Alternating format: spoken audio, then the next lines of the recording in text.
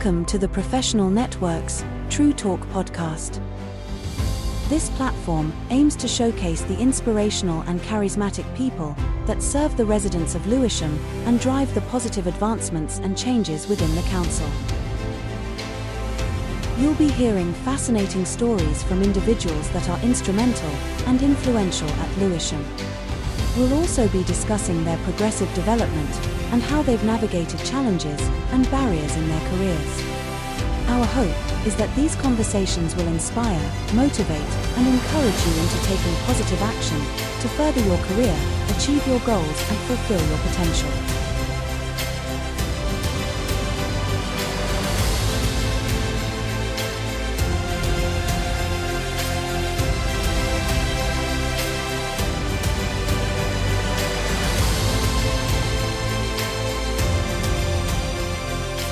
The True Talk podcast.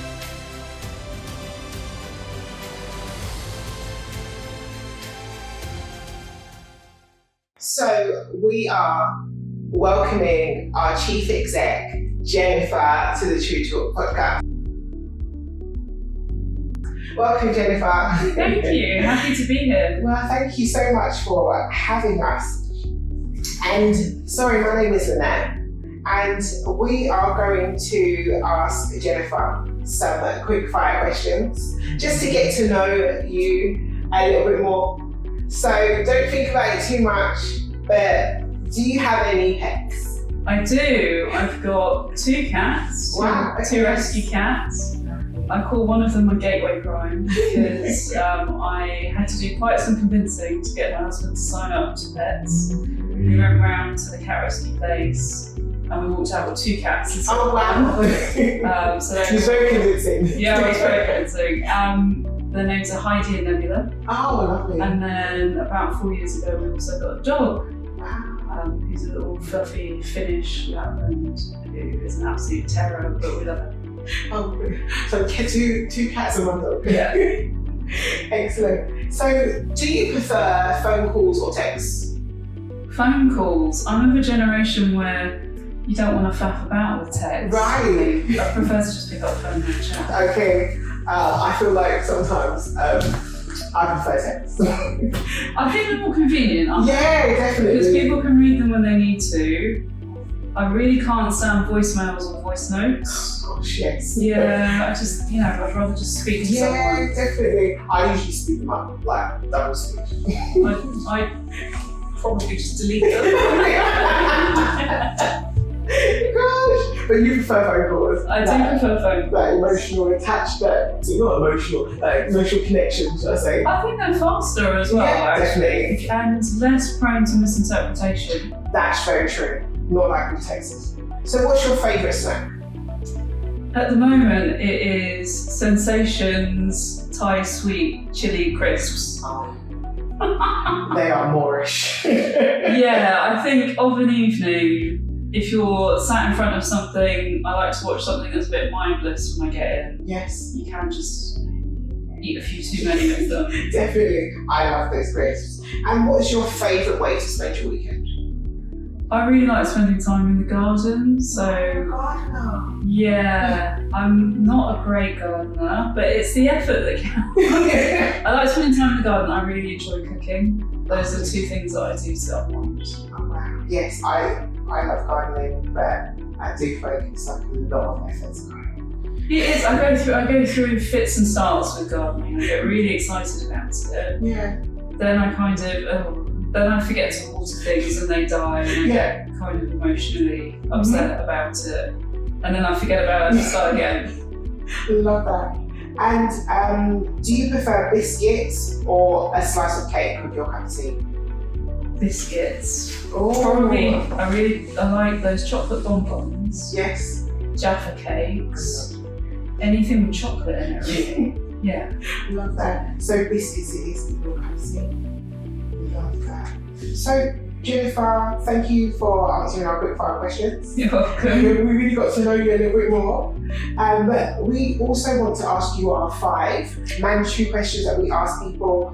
And our first question is, who inspires you the most and how have they impacted your career or personal life?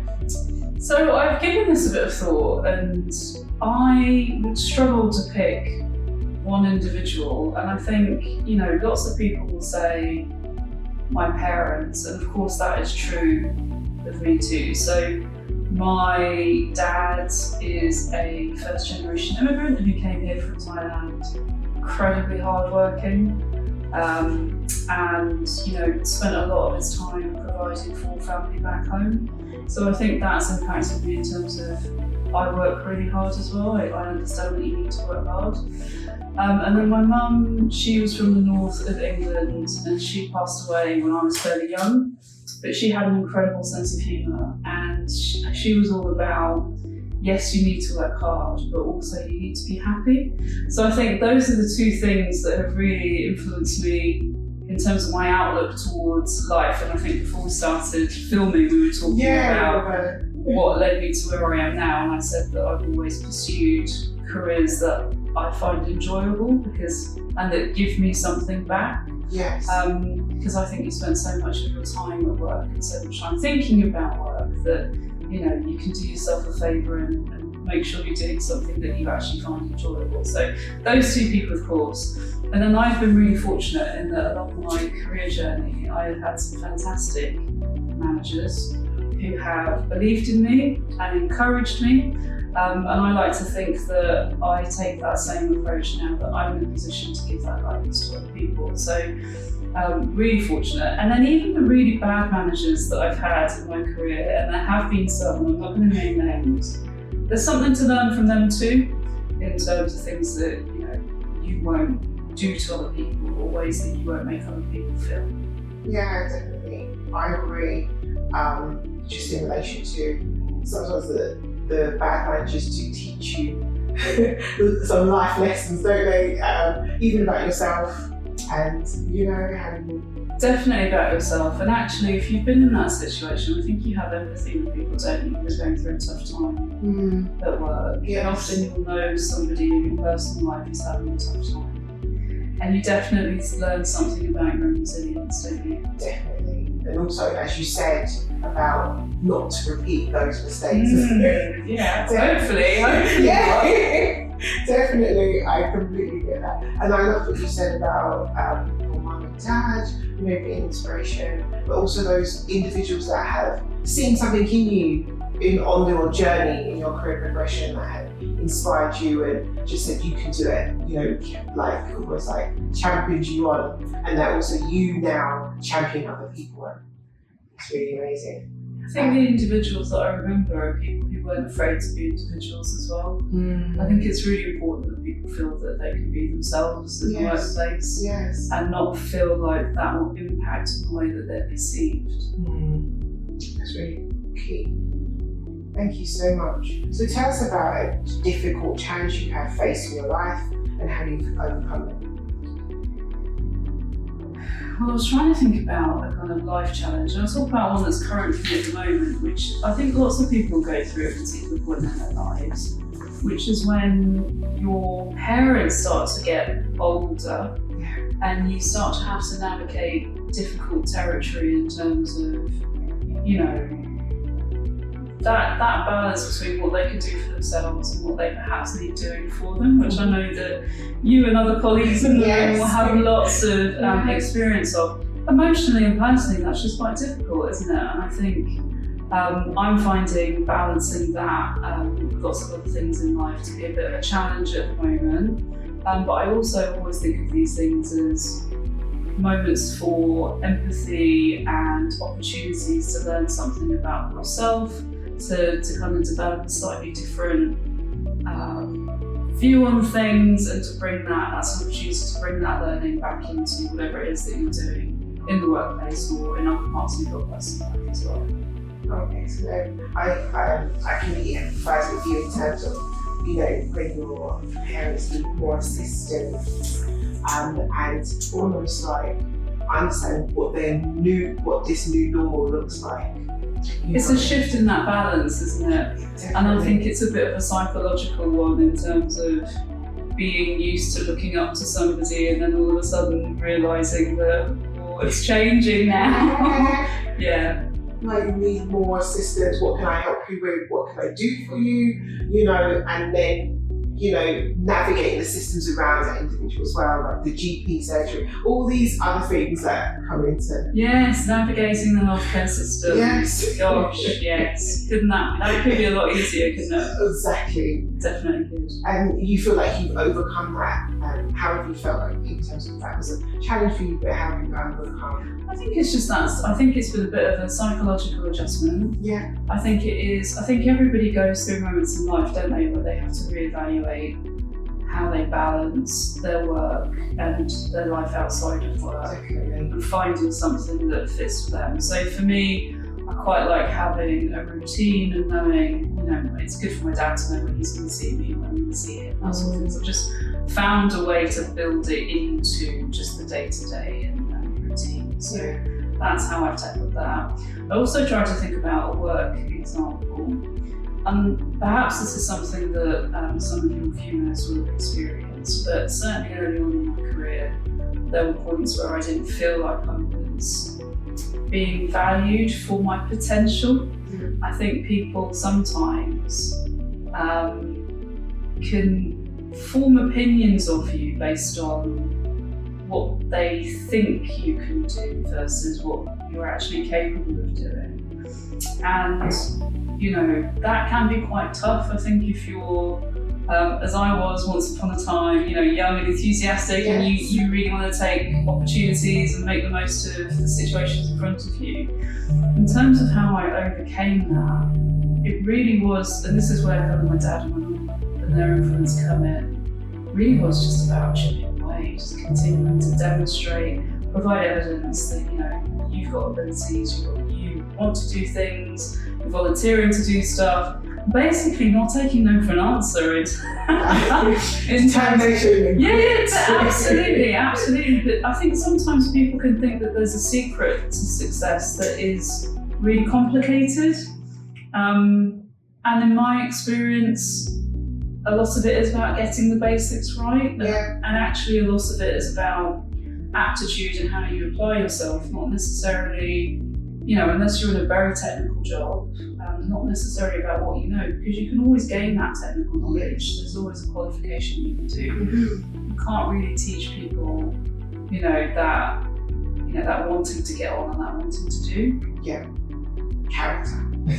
Yeah, that's what my mum would have called it. She would have called it character. If there was a difficult situation, it was a character building moment. That's right. I love that. Thank you so much for that. And what is the best advice you've ever received? Don't give up, I think is a really good piece of advice. People are different. Yes. Everybody's different. Everyone's different. It sounds so obvious, doesn't it? Yeah. I think it became more meaningful for me once I started to do management posts.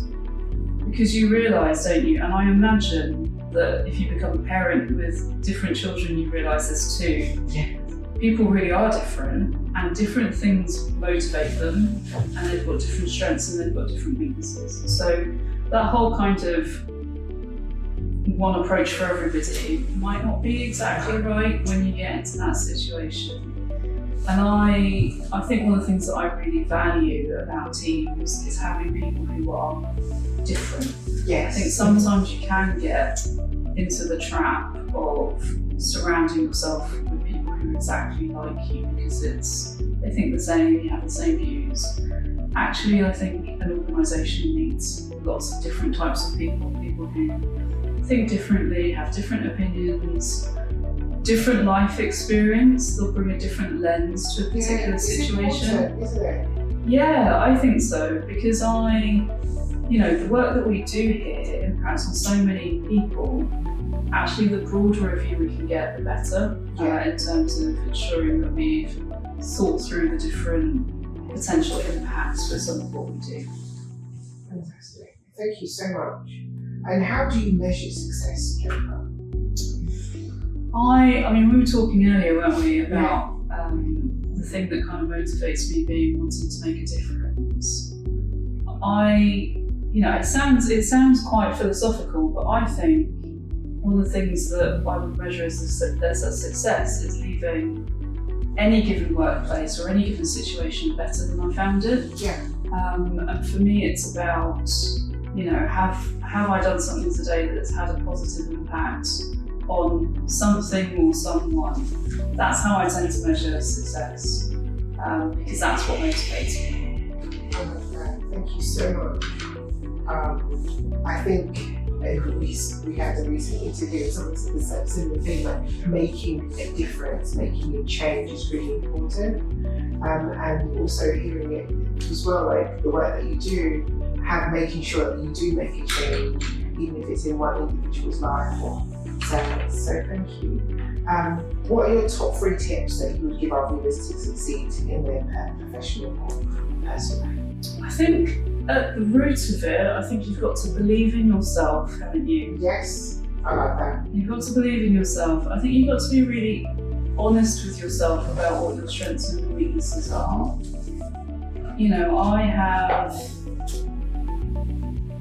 I have been in roles that weren't the right role for me. How did you know?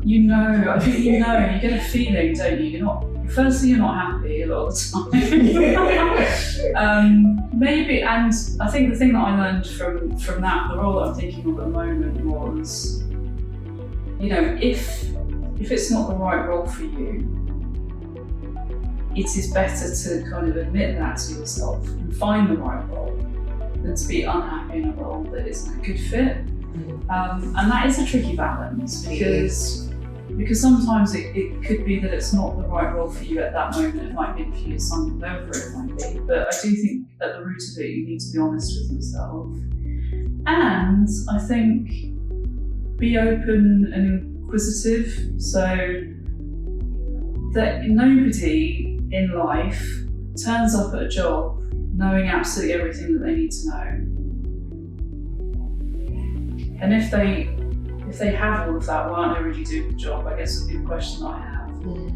There will be things that you are less strong on. There will be things that you might find a bit daunting. But those are opportunities for growth, aren't they? And I think, but for you to see it as an opportunity rather than to feel it as an insecurity, you need to be open to learning, and you need to have the confidence to say, I'm not sure, but I will go and find out, or I'm not sure, can you help me? Or I've done everything I can in this situation and it's still not working. Does anybody else have any ideas? And actually, I think in most situations, if you ask people for help, the vast majority of people want to help. Yeah. And I think people can sometimes feel a bit afraid to ask if they're not sure. And I would always encourage people to ask. Yeah.